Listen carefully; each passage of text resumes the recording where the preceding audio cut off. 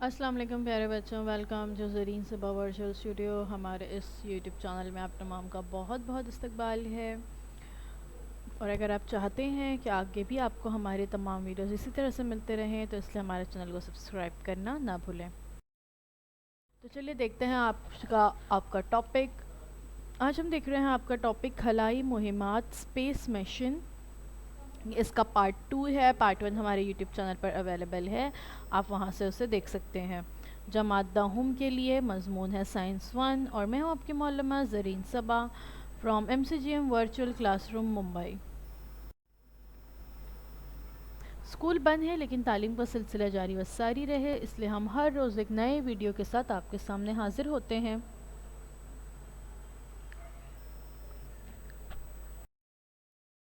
خلائی مہم کی 2 قسمیں ہیں. مصنوعی سیاروں کو زمین کے مدار میں پہنچا کر ان کا استعمال مختلف جدید تحقیقات اور زندگی کے لیے مفید ضروریات کے لیے کیا جاتا ہے. یہ پہلی قسم کی مہم کا مقصد ہے. دوسری قسم کی مہمات میں خلائی گاڑیاں خلا میں پہنچائی جاتی ہیں تاکہ نظام شمسی اور اس کے باہری اجسام کا قریبی مشاہدہ کر کے ان کے بارے میں معلومات حاصل کی جائے. یہ ہم نے لاسٹ ویڈیو میں دیکھے تھے. پھر ہم نے دیکھے تھے مصنوعی سیاروں کے گردشی مدار. تمام مصنوعی سیارے زمین کے اطراف ایک جیسے مدار میں گردش نہیں کرتے ہیں. ہم نے 3 طرح کے دیکھے تھے گردشی مدار. ایک تھا ہائی ارتھ آربٹ، ایک تھا مڈل ارتھ آربٹ اور ایک تھا لو ارتھ آربٹ. اتنا ہم لاسٹ ویڈیو میں دیکھ چکے ہیں. اب دیکھتے ہیں اس سے آگے. پونا کے COEP کالج آف انجینئرنگ میں وہاں کے ایک طلبہ نے ایک چھوٹا سیارچہ بنا کر اسرو کے ذریعے اسے 2016 میں خلا میں بھیجا. تصویر میں آپ چھوٹا سا سیارچہ دیکھ سکتے ہیں. اس سیارچے کا نام سویم رکھا گیا. اس کا وزن تقریباً 1 کلوگرام ہے. یہ سیارچہ زمین سے تقریباً 515 کلومیٹر کی بلندی پر گردش کر رہا ہے. یہ سیارہ زمین کے ایک مقام سے دوسرے مقام تک مخصوص طرز پر پیغام رسانی کا کام کرتا رہتا ہے.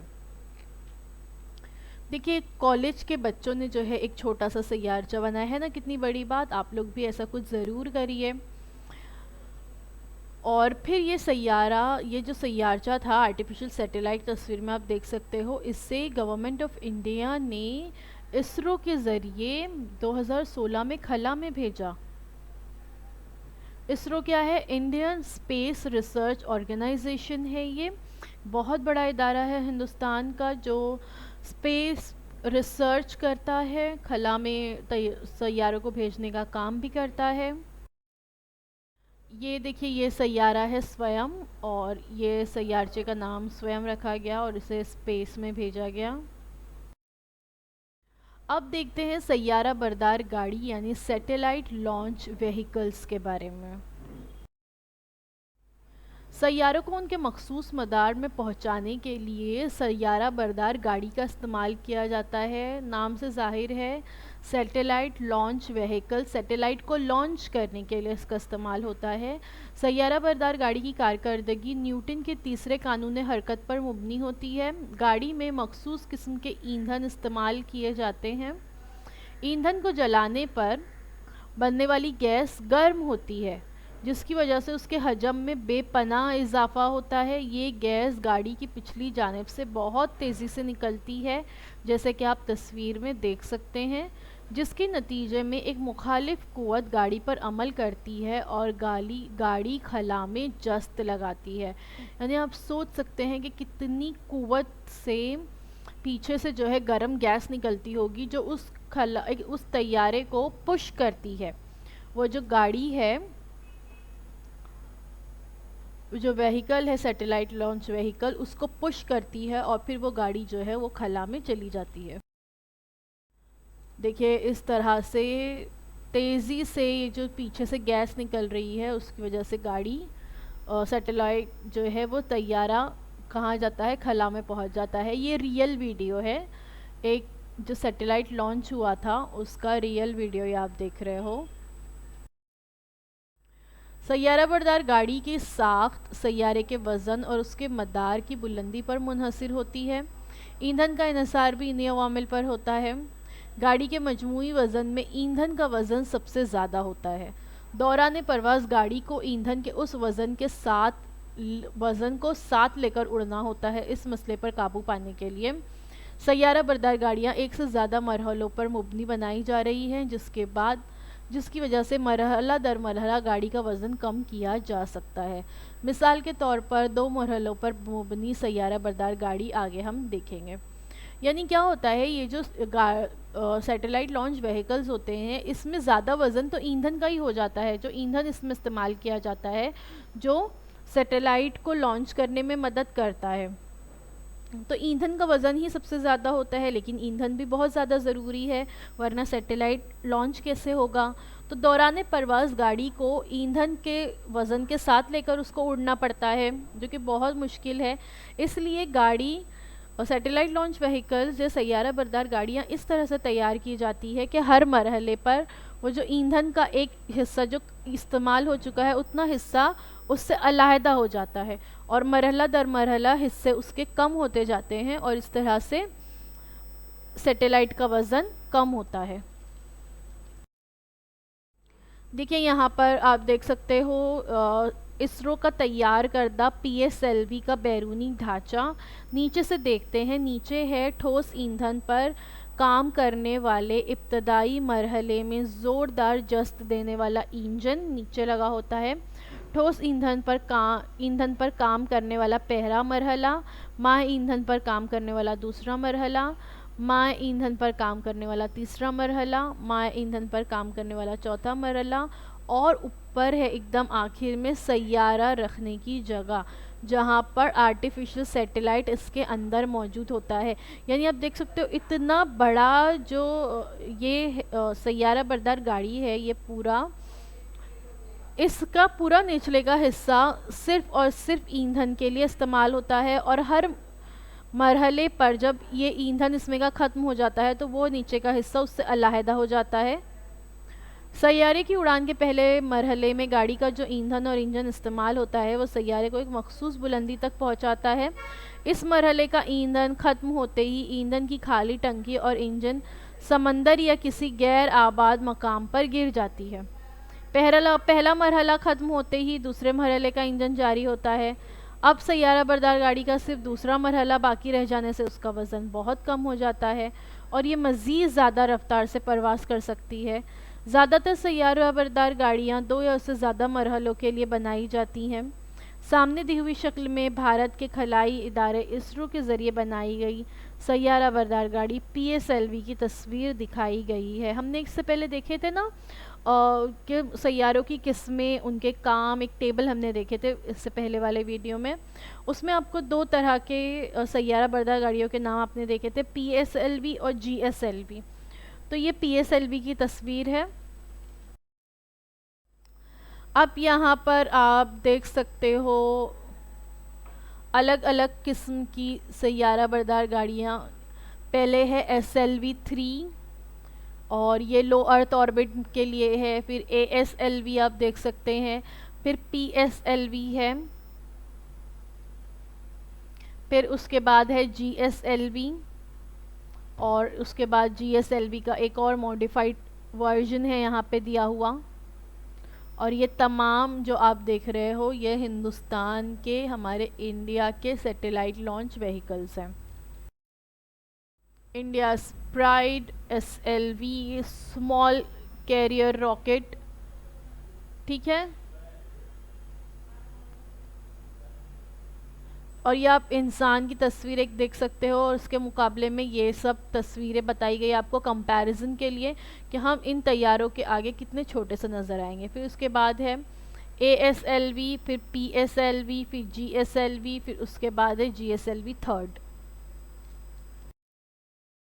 سیارہ بردار گاڑیاں مہنگی ہوتی ہیں اور صرف ایک ہی مرتبہ استعمال ہوتی ہے، کیونکہ ہر دفعہ دیکھیے آپ کو ایک نیا سیٹلائٹ لانچ وہیکلز چاہیے، کیونکہ اس کا کچھ حصہ جو ہے استعمال کے بعد ٹوٹ کر گر جاتا ہے اور جو کسی کام کا نہیں ہوتا۔ اسی لیے امریکہ نے ایسا خلائی جہاز اسپیس شٹل تیار کیا ہے جس کی صرف ایندھن کی ٹنکی ضائع ہوتی ہے اور بقیہ حصہ دوبارہ زمین پر واپس آ جاتا ہے، اور یہ بار بار استعمال ہو سکتا ہے۔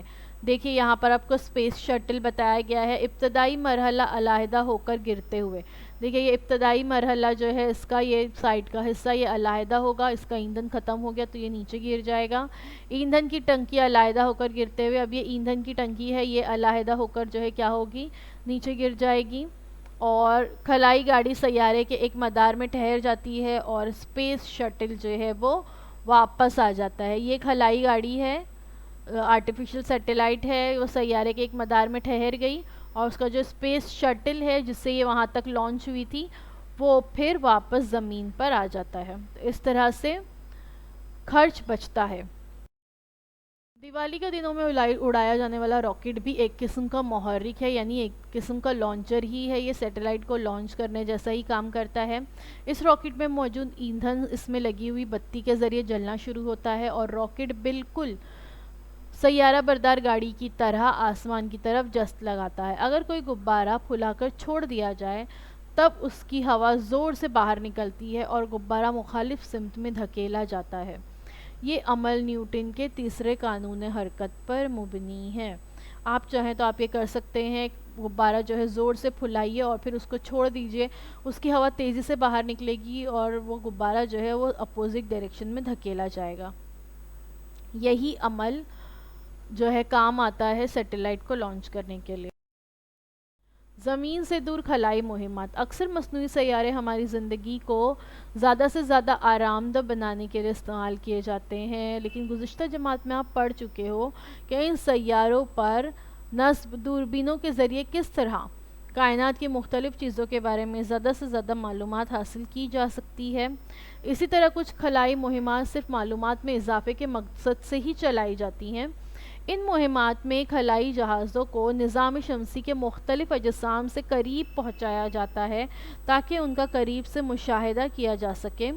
ان مہمات سے نئی نئی معلومات حاصل ہوتی ہے جس سے ہمیں نظام شمسی کی تخلیق اور اس کے ارتقاء کو سمجھنے میں بہت مدد ملتی ہے. یعنی سیٹلائٹس جو ہے وہ انسان کے فائدے کے لیے تو لانچ کیے ہی جاتے ہیں کہ وہ زمین کے اطراف گردش کر رہے ہیں، وہاں سے آپ کو معلومات بھیج رہے ہیں، تصویریں بھیج رہے ہیں اور لوکیشن معلوم کرنے کے لیے کارآمد ثابت ہو رہے ہیں. لیکن اس کے علاوہ بھی سیٹلائٹس لانچ کیے جاتے ہیں جو اس لیے لانچ کیے جاتے ہیں کہ ہماری زمین کے علاوہ دیگر نظام شمسی کے جو سیارے ہیں ان کے بارے میں بھی معلومات حاصل کی جا سکے.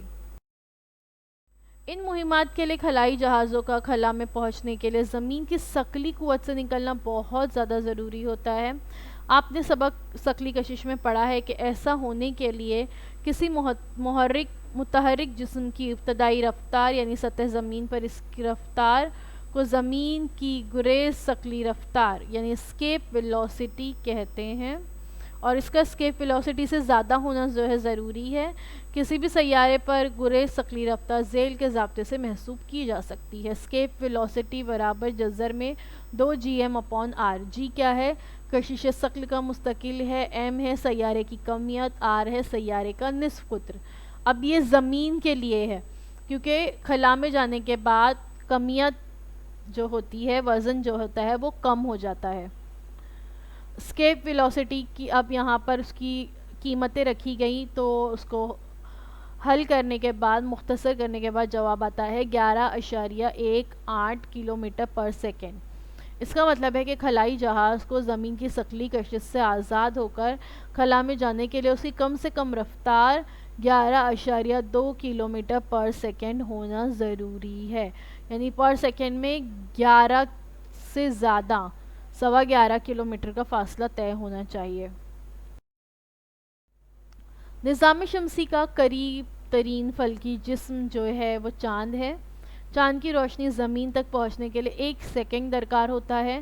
اگر روشنی کی رفتار سے سفر کیا جائے تو ہم 1 سیکنڈ میں چاند پر پہنچ سکتے ہیں. یعنی اگر ہم روشنی کی سپیڈ سے جائیں گے تو 1 سیکنڈ میں کہاں ہوں گے؟ چاند پر ہوں گے. لیکن ہماری خلائی گاڑیوں کی رفتار نور کی رفتار سے کم ہوتی ہے، سپیڈ آف لائٹ سے کم ہوتی ہے رفتار، اسی لیے ہمیں چاند پر پہنچنے کے لیے زیادہ وقت درکار ہوتا ہے. کسی بھی خلائی گاڑی کو چاند پر پہنچنے کے لیے درکار وقت کم از کم 8 گھنٹے 36 منٹ ہے. 8.5 گھنٹے کم سے کم لگتے ہیں، اس سے زیادہ بھی لگ سکتے ہیں. اور ڈسٹینس کتنا ہے آپ دیکھ سکتے ہو، 3,84,000 کلومیٹر ہے زمین اور چاند کے درمیان کا فرق، 3,84,000 kilometre, 84,400 kilometre. Earth and moon, speed of light in real time surface to surface in 1.255 seconds میں لائٹ ٹریول کرتی ہے، اور ایوریج ڈسٹینس کتنا کور ہو رہا ہے یہاں پہ، 3,84,400 کلومیٹر، یعنی اگر ہم لائٹ کی سپیڈ سے ٹریول کریں گے تو ہم ایک سیکنڈ میں، منٹ بھی نہیں، ایک سیکنڈ میں ہم چاند پر ہوں گے، لیکن لائٹ کی سپیڈ سے ٹریول کرنا ناممکن ہے۔ سب سے زیادہ رفتار لائٹ کی رفتار ہوتی ہے، نور کی رفتار ہوتی ہے۔ چاند کی مہمات، اب سب سے دیکھتے ہیں پہلے مون مشنز۔ چاند جو ہے ہم سے قریب ترین فلکی جسم ہے، اور ہمیں پتہ ہے کہ چاند جو ہے وہ زمین کا قدرتی سیارچہ ہے، وہ زمین کے اطراف چاند لگاتار گردش کر رہا ہے، اس لیے نظام شمسی کی سیاروں پر کی گئی مہمات میں سب سے پہلے جو مہم جو کی گئی وہ چاند پر کی گئی۔ اسی طرح کی مہمات اب تک سوویت یونین، امریکہ، یورپی ممالک، چین، جاپان اور بھارت کے ذریعے انجام دی جا چکی ہے۔ روس کی لیونا سیریز کی خلائی گاڑیاں چاند سے قریب تک پہنچی تھی۔ سن 1959 میں بھیجی گئی لیونا 2 اس طرح کی پہلی خلائی گاڑی تھی۔ تب سے سن 1976 تک 15 خلائی گاڑیوں نے چاند کا کیمیائی تجزیہ کیا ہے، اور لیونا کی تصویر آپ یہاں پہ دیکھ سکتے ہو، روس خلائی گاڑی لیونا کی تصویر سیدھے ہاتھ پہ نظر آ رہی ہے، اور لیونا 2 آپ دیکھ سکتے ہو کس طرح سے چاند پر اتر رہی ہے۔ چاند سے نکلنے والی شعاؤں کی پیمائش کی، یعنی ان خلائی گاڑیوں کے ذریعے کیا کیا گیا، چاند کا کیمیائی تجزیہ کیا گیا، چاند کی کشش ثقل، کثافت اور چاند سے نکلنے والی شعاؤں کی پیمائش کی گئی۔ ان مہمات کے آخری 4 مہمات میں تو خلائی گاڑیاں چاند پر اتری تھیں، انہوں نے چاند کے پتھروں کے نمونے لائے جن کا تجربہ گاہوں میں تجزیہ کیا گیا، اور یہ تمام مہمات جو ہے بغیر انسان کے کی گئی تھی۔ امریکہ نے سن 1962 سے سن 1972 تک چاند پر مہمات چلائی۔ اس کی خاص خوبی یہ تھی کہ ان مہمات میں کچھ خلائی گاڑیوں کے ذریعے انسان بھی خلا میں بھیجے گئے تھے، یعنی انسان کو بھی خلا میں بھیجا گیا۔ سن 1969 جولائی میں نیل آرمسٹرانگ نے سب سے پہلے چاند پر قدم رکھا، یعنی اس سے پہلے کوئی انسان چاند پر نہیں پہنچا تھا، سب سے پہلے نیل آرمسٹرانگ نے چاند پر قدم رکھا۔ 2008 میں بھارت کے خلائی تحقیقی ادارے اسرو نے چندریان-1 نامی خلائی گاڑی کو چاند کے مدار میں روانہ کیا۔ 1 سال تک چندریان-1 زمین پر معلومات بھیجتا رہا۔ اس مہم کا سب سے اہم پہلو چاند پر پانی کی موجودگی کا پتہ لگانا تھا۔ یہ دریافت کرنے والا بھارت دنیا کا پہلا ملک ہے بھارت، جس نے سب سے پہلے یہ بتایا کہ چاند پر پانی بھی موجود ہے، اور یہ کیسے پتہ چلا؟ چندریان-1 کے ذریعے بھیجی گئی تصویروں سے پتہ چلا۔ یہاں پر آپ دیکھ سکتے ہو بلیو کیا ہے، واٹر ایبزارپشن اسٹرینتھ ہے، اور یہ چاند کے ذریعے لی گئی تصویریں ہیں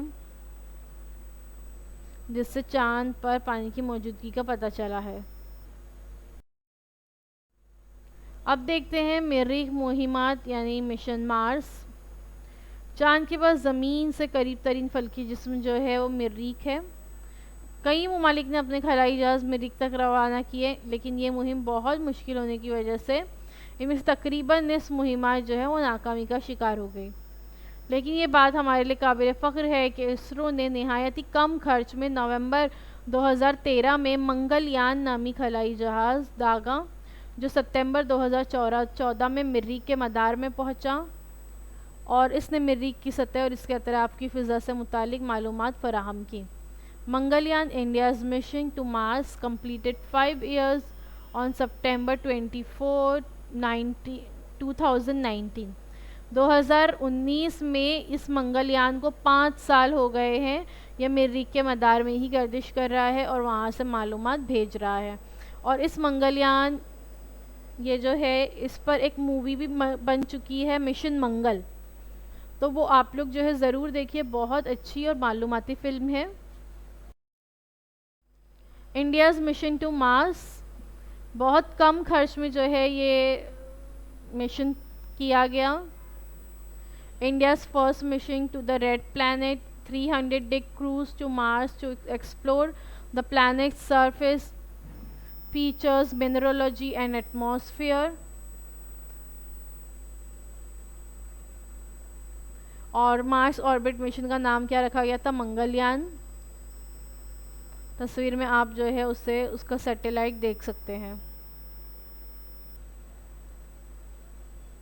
کہاں سے لانچ کیا گیا؟ یہ سری ہری کوٹا سے لانچ کیا گیا۔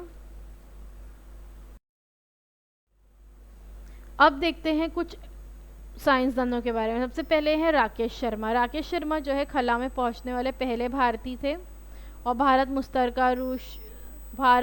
اور روس مشترکہ خلائی پروگرام میں 2 روسی سائنسدانوں کے ساتھ انہوں نے خلا کا سفر کیا اور 8 دنوں تک خلا میں قیام کیا۔ لیفٹ ہینڈ سائڈ پر آپ ان کی اسپیس میں تصویر دیکھ سکتے ہیں۔ تو راکیش شرما کون ہے؟ First Indian to enter space. Kalpana Chawla Punjab سے ایروناٹکس میں انجینئرنگ کی ڈگری اور سن 1988 میں کوالوراڈو یونیورسٹی سے ایک ڈاکٹریٹ تحقیقی مہم کے دوران 336 گھنٹے جو ہے انہوں نے خلا میں گزارے۔ 1 فروری 2003 کو خلا سے زمین کی جانب واپسی کے دوران کولمبیائی خلائی گاڑی میں دھماکے میں ان کا انتقال ہو گیا۔ تو یہ جو کولمبیائی خلائی گاڑی ہے، اس میں یہ کہاں جا رہے تھے؟ خلا کا سفر کرنے کے بعد واپس زمین کی طرف واپس آ رہے تھے، تو اس وقت جو ہے گاڑی دھماکے کا شکار ہوئی اور وہ سب لوگ جگہ پر ہی ختم ہو گئے۔ اس کے بعد ہے سنیتا ولیمز۔ 2006 میں ڈسکوری کے ذریعے پہلا خلائی اسٹیشن انٹرنیشنل اسپیس اسٹیشن تک سفر اور 29 گھنٹوں تک خلائی جہاز سے باہر کام کیا۔ سن 192 دن خلا میں گزارنے کا ریکارڈ بھی ہے ان کا، کہ انہوں نے 192 دن جو ہے خلا میں گزارے۔ تو یہ کون ہے؟ سنیتا ولیمز ہے۔ دیگر سیاروں کی مہمات۔ دیگر سیاروں کے مطالعے کے لیے بھی کئی مہمات چلائی گئی۔ ان مہمات میں کچھ خلائی جہازوں نے سیاروں کے مداروں میں گردش کی، جبکہ کچھ سیاروں پر اترے، کچھ سیاروں کے قریب سے مشاہدہ کرتے ہوئے گزرے۔ اس کے علاوہ کچھ خلائی جہاز سیاروں اور دمدار ستاروں کے مشاہدے کے لیے بھی روانہ کیے گئے۔ ان جہازوں نے ان سیاروں کے گرد کے ذرات اور پتھروں کے ٹکڑے زمین پر لانے میں کامیابی حاصل کی۔ ان تمام مہمات میں ہمیں بہت کارآمد معلومات مل رہی ہے، جس سے نظام شمسی کی تخلیق اور ارتقاء سے متعلق تصور جو ہے وہ واضح ہو رہے ہیں۔ یعنی صرف چاند پر ہی نہیں، مریخ پر ہی نہیں، بلکہ دیگر سیاروں پر بھی پہنچنے کی کوششیں کی جا رہی ہیں، خلا سے تصویریں نکال کر لائی جا رہی ہیں۔ بھارت اور خلائی ٹیکنالوجی۔ بھارت نے بھی خلائی سائنسی ٹیکنالوجی کے میدان میں قابل فخر ترقی کی ہے۔ سیاروں کو خلا میں روانہ کرنے کے لیے مختلف اقسام کی سیارہ بردار گاڑیاں تیار کی ہیں، سیٹلائٹ لانچ وہیکلز تیار کیے ہیں۔ یہ گاڑیاں 2500 کلوگرام تک کے مصنوعی سیارے کو تمام قسم کے مداروں میں کامیابی کے ساتھ جو ہے داغ سکتی ہے۔ ان میں PSLV اور GSLV جو ہے بہت اہم ہے۔ یہ PSLV اور GSLV کی تصویریں آپ یہاں پر لانچ کے وقت کی دیکھ سکتے ہیں۔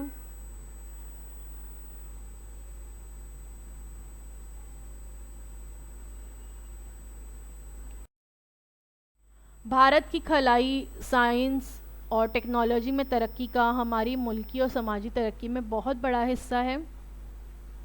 ٹیلی مواصلات یعنی ٹیلی کمیونیکیشن، ٹیلی ویژن نشریات، ٹیلی ویژن براڈ کاسٹنگ، موسمیاتی خدمات کے لیے ان سیٹ اور جی سیٹ مصنوعی سیاروں کا سلسلہ استعمال ہوتا ہے۔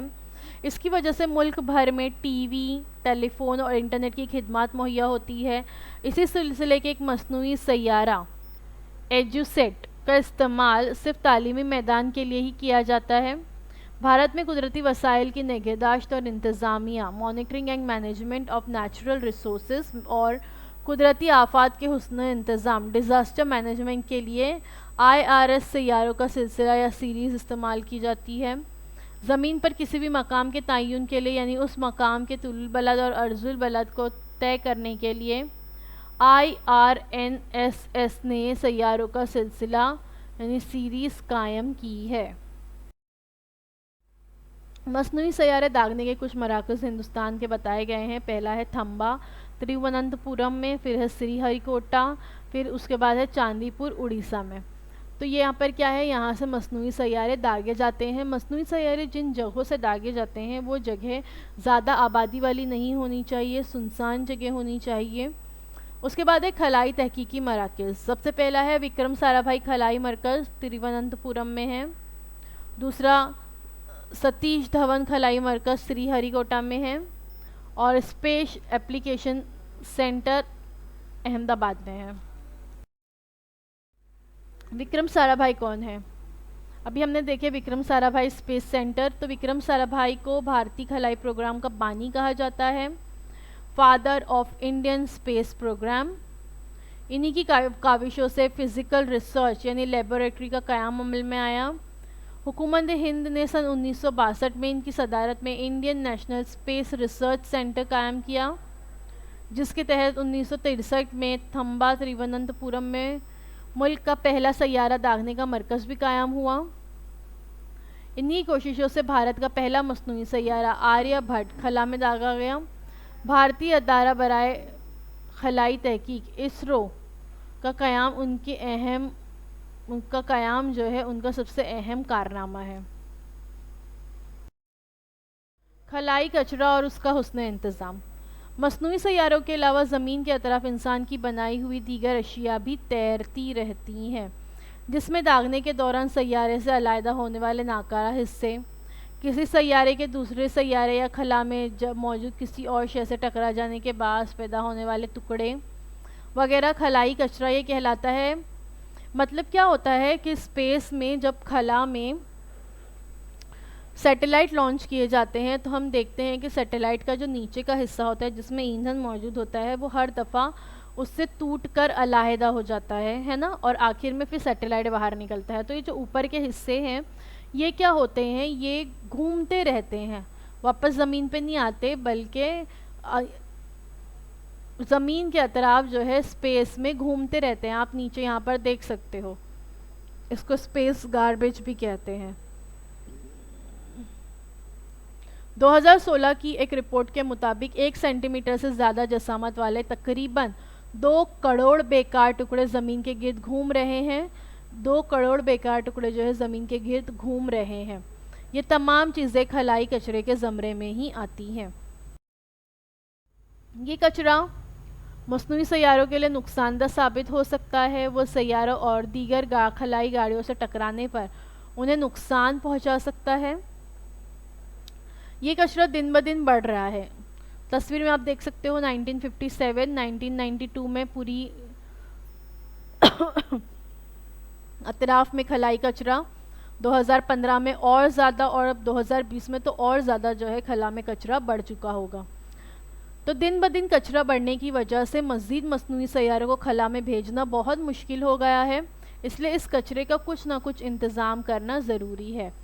اس تناظر میں کچھ تدبیریں اور تجربات جو ہے وہ کیے جا رہے ہیں۔ امید ہے کہ بہت جلد ہم اس مسئلے کا کچھ نہ کچھ حل نکال لیں گے تاکہ مصنوعی سیاروں اور خلائی گاڑیوں کو لاحق خطرات جو ہے وہ ٹالے جا سکیں۔ یعنی ہمیں کوئی طریقہ جو ہے اس طرح سے ڈھونڈنا ہوگا جس سے یہ تمام خلائی کچرا ختم کیا جا سکتا ہے۔ تو بچوں thank you so much for watching. امید ہے آج جو کچھ بتایا گیا وہ آپ کو اچھی طرح سے سمجھ میں آیا ہوگا۔ سبق ہمارا خلائی مہمات یہاں پر ختم ہو گیا ہے۔ اگر آپ کے کوئی سوال ہیں ہمیں کمنٹ سیکشن میں پوچھ سکتے ہیں۔ اگر آپ کو ہمارا یہ ویڈیو اچھا لگا ہے تو پلیز اسے لائک کیجیے، شیئر کیجیے، ہمارے اس چینل کو سبسکرائب کیجیے، اور سبسکرائب کرنے کے بعد press the bell icon to get all the notifications. اللہ حافظ۔